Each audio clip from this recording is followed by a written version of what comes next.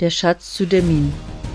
Im Jahre 1692 besaß ein Apotheker namens Johann Karl Treu ein großes, massives Haus auf der Straße, die der Schnelle Lauf heißt.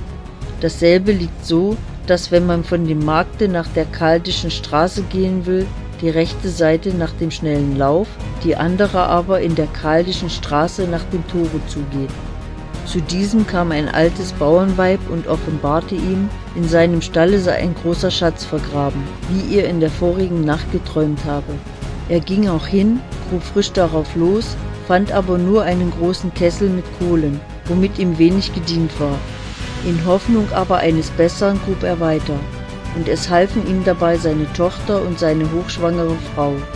Indem er aber zu weit und zu tief in die Erde minierte, schoss die schwere Mauer und das Erdreich nach, bedeckte und tötete den unvorsichtigen Schatzgräber, und es wurden auch die Tochter und die Frau hierbei tödlich verwundet, aber sind noch beim Leben herausgezogen und erhalten worden. Im Jahre 1752 kam wieder ein Schatzjäger nach der Mine.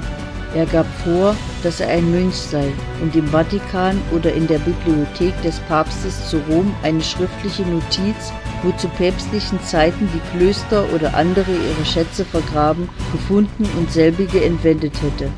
Er verschaffte aber keinem einen Schatz, sondern grub einen solchen für sich aus den Beuteln der Leichtgläubigen heraus.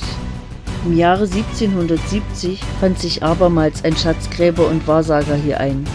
Allein der Magistrat ließ ihn beim Kopfe nehmen und gefangen setzen. Seine Künste wurden untersucht und die Akten nach Stettin zum Spruche verschickt. Man wollte aber seine Schätze nicht haben, sondern verwies ihn damit aus der Stadt und dem Lande.